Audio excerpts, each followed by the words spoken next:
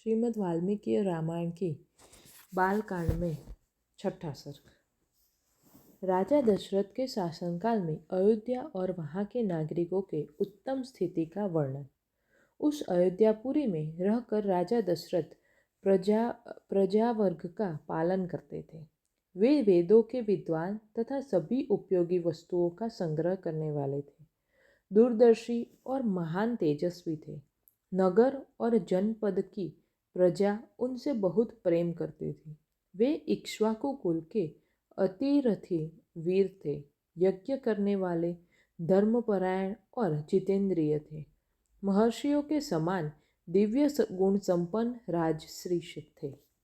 उनकी 3 लोकों में ख्याति थी। वे बलवान, शत्रुहीन, मित्रों से युक्त एवं इंद्र विजयी थे। धन और अन्य वस्तुओं के संचय की दृष्टि से इंद्र और कुबेर के समान जान पड़ते थे। जैसे महातेजस्वी प्रजापति मनु संपूर्ण जगत की रक्षा करते थे, उसी प्रकार महाराज दशरथ भी करते थे। धर्म, अर्थ और काम का संपादन करने वाले, कर्मों का अनुष्ठान करते हुए वे सत्य प्रतिज्ञ नरेश उस श्रेष्ठ अयोध्यापुरी का उसी तरह पालन करते थे जैसे इंद्र अमरावतीपुरी का। उस उत्तम नगर में निवास करने वाले सभी मनुष्य प्रसन्न, धर्मात्मा, बृहुश्रुत, निर्लोभ, सत्यवादी तथा अपने अपने धन से संतुष्ट रहने वाले थे। उस श्रेष्ठपुरी में कोई भी ऐसा कुटुंबी नहीं था जिसके पास उत्कृष्ट वस्तुओं का संग्रह अधिक मात्रा में न हो, जिसके धर्म, अर्थ और काममय पुरुषार्थ सिद्ध न हो गए हो तथा जिसके पास गाय, बैल, घोड़े, धन धान्य आदि का अभाव हो। अयोध्या में कहीं भी कोई कामी, कुपर्ण, क्रूर, मूर्ख और नास्तिक मनुष्य देखने को भी नहीं मिलता था। वहाँ के सभी स्त्री पुरुष धर्मशील, संयमी, सदा प्रसन्न रहने वाले तथा शील और सदाचार की दृष्टि से महर्षियों की भांति निर्मल थे। वहाँ कोई भी कुंडल, मुकुट और पुष्पहार से शून्य नहीं था। किसी के पास भोग सामग्री की कमी नहीं थी। कोई भी ऐसा नहीं था जो नहा धोकर साफ सुथरा न हो, जिसके अंगों में चंदन का लेप न हुआ हो तथा जो सुगंध से वंचित हो। अपवित्र अन्न भोजन करने वाला, दान न देने वाला तथा मन को काबू में न रखने वाला मनुष्य तो वहाँ कोई दिखाई ही नहीं देता था। कोई भी ऐसा पुरुष देखने में नहीं आता था जो बाजूबंद, निष्क यानी कि स्वर्ण पदक या मोहर तथा हाथ का आभूषण यानी कड़ा धारण न किए हो।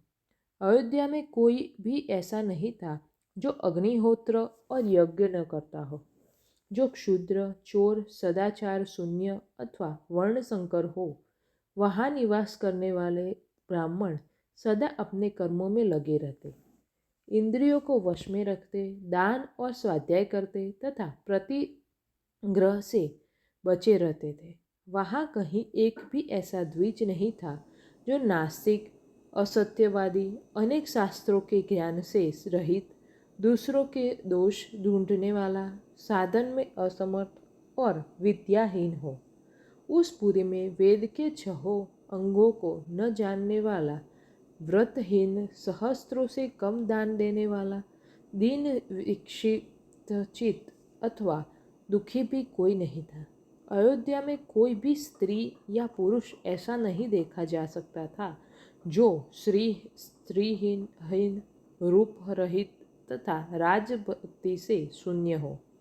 ब्राह्मण आदि चारों वर्णों के लोग देवता और अतिथियों के पूजक, कृतज्ञ, उदार, शूरवीर और पराक्रमी थे। उस श्रेष्ठ नगर में निवास करने वाले सब मनुष्य दीर्घायु तथा धर्म और सत्य का आश्रय लेने वाले थे। वे सदा स्त्री, पुरुष और पौत्र आदि परिवार के साथ सुख से रहते थे। क्षत्रिय ब्राह्मणों का मुँह जोते थे, वैश्य क्षत्रियों की आज्ञा का पालन करते थे और शूद्र अपने कर्तव्य का पालन करते हुए उपयुक्त तीनों वर्णों की सेवा में संलग्न रहते थे। इक्ष्वाकु कुल के स्वामी राजा दशरथ अयोध्यापुरी की रक्षा उसी प्रकार करते थे जैसे बुद्धिमान महाराज मनु ने पूर्व काल में उसकी रक्षा की थी। शौर्य की अधिकता के कारण अग्नि के समान दुर्गर्ष कुटिलता से रहित अपमान को सहन करने में असमर्थ तथा अस्त्र शस्त्रों के ज्ञाता योद्धाओं के समुदाय में वह पूरी उसी तरह भरी पूरी रहती थी जैसे पर्वतों की गुफा सिंहों के समूह से परिपूर्ण होती है।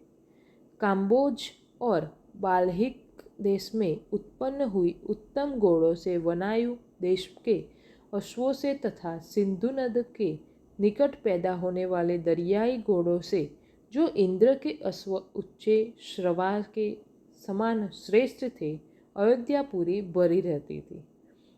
विंध्य और हिमालय पर्वतों में उत्पन्न होने वाले अत्यंत बलशाली पर्वतकार मदमत गजराजों से भी वह नगरी पूरी परिपूर्ण रहती थी।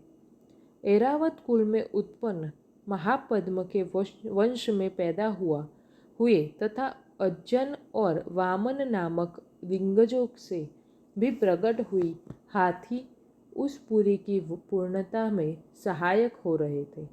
हिमालय पर्वत पर उत्पन्न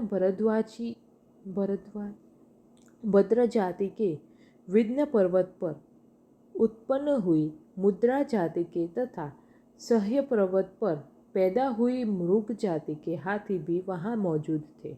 भद्र, मंद्र और मृग इन तीनों के मेल से उत्पन्न हुई शंकर जाति के भद्र और मंद्र इन दो जातियों के मेल से पैदा हुई शंकर जाति के भद्र और मृग जाति के संयोग से उत्पन्न शंकर जाति के तथा मृग और मंद्र इन दो जातियों के सम्मिश्रण से पैदा हुए पर्वताकार गजराज की भी जो सदा मदोमंद रहते थे उस पुरी में भरे हुए थे। 3 योजन के विस्तार वाली अयोध्या में 2 योजन की भूमि तो ऐसी ही थी जहाँ पहुंचकर किसी के लिए भी युद्ध करना असंभव था। इसलिए वह पूरी अयोध्या इस सत्य एवं सार्थक नाम से प्रकाशित होती थी जिसमें रहते हुए राजा दशरथ इस जगत का पालन करते थे। जैसे चंद्रमा नक्षत्र लोक का शासन करते हैं उसी प्रकार महातेजस्वी महाराज दशरथ अयोध्यापुरी का शासन करते थे।